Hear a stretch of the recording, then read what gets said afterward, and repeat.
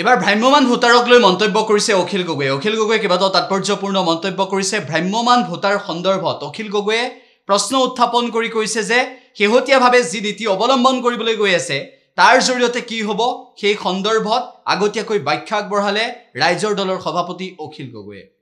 আগতে বিজেপি চৰকাৰ নাছিলে কাৰণে মানে ষড়যন্ত্ৰকাৰী 2 নম্বৰী বুদ্ধি থকা বিজেপি চৰকাৰ নাছিলে কাৰণে হয়তো আগতে 2 নম্বৰটো কেনেকৈ কৰিছিলে আগতে হয়তো অকল মৰা মানুহজনৰ নামতে কোনোবাই ভোট দি দিয়ে এতিয়া মৰা মানুহৰ নামতো ভোট দিব পাৰিব আৰু লগতে কি কৰিব পাৰিব উত্তৰ প্ৰদেশৰ পৰা পৰিভ্ৰমী মানুহ আনিব পাৰিব ত্ৰিপুৰাৰ পৰা শিলচৰলৈ ভোট আনিব পাৰিব পশ্চিম বংগৰ পৰা ধুবুৰী পৰা আৰম্ভ কৰি এই নামনি অসমৰ গোটেই বাংলা ভাষী কোৱা মানুহবিলাকক আনিব পাৰিব আৰু আটাইতকৈ উজু হ'ব অসমৰ প্ৰত্যেকখন নগৰত গাঁৱতো অকমান মানুহে চিনি পাই যাব অসমৰ প্ৰত্যেকখন নগৰত এই কাম কৰাটো তেনি সহজ হ'ব বেছি কৰিব নালাগে মাত্ৰ 5 লাখ ভোটাৰ আনিলে হৈ গ'ল 5 লাখ ভোটাৰ আনিবৰ কাৰণে 50টা সমষ্টিত 10,000 নতুন ভোটাৰৰ নাম ভৰ্তি কৰি দিলে হৈ গ'ল গেম চেঞ্জ গোটেই খেলেই বদলাই দিব পাৰিব চৰকাৰ গঠন কৰিব পাৰিব কথাটো বুজিলে নে 50টা সমষ্টিত যদি 10,000 কে আনে 50 into 10,000 5 লাখ মানুহ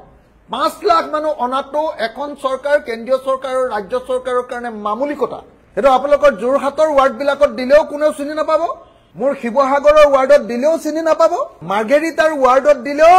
বেংগলী মানুহে আহি দিলেও চিনি নাপাব বিহাৰী মানুহে আহি দিলেও চিনি নাপাব উত্তৰ প্ৰদেশৰ মানুহে দিলেও আহি চিনি নাপাব গোটেই নিৰ্বাচনটোত তেওঁলোকে প্ৰায় 20% মান ভোটৰ ইফাল কৰি দিব পাৰিব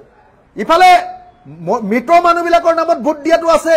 ইফালে ভোট দিবলৈ নহা মানুহবিলাকৰ নামত ভোট দিয়াটো আছে চাব দেই মৃত মানুহৰ নামত ভোটটো দিয়াই ভোট দিবলৈ নহা মানুহবিলাকৰ লিষ্ট বনাই ভোটটো দিয়াই বাহিৰত থকা মানুহবিলাকক ট্ৰেইন বা এৰোপ্লেনৰ ভাড়া দি আনি ভোটটো দিয়াই হেতুটো আছে আৰু কি কৰিব পাৰিব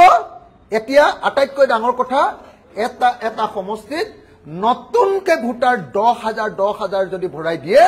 তেতিয়াহ'লে 50টা সমষ্টিত যদি 10,000 কে ভৰাই মাত্ৰ 5 লাখ ভোটাৰ আৰু 5 লাখ ভোটাৰে গোটেই অসমত চৰকাৰ বদলাই নিজৰ মতে চৰকাৰ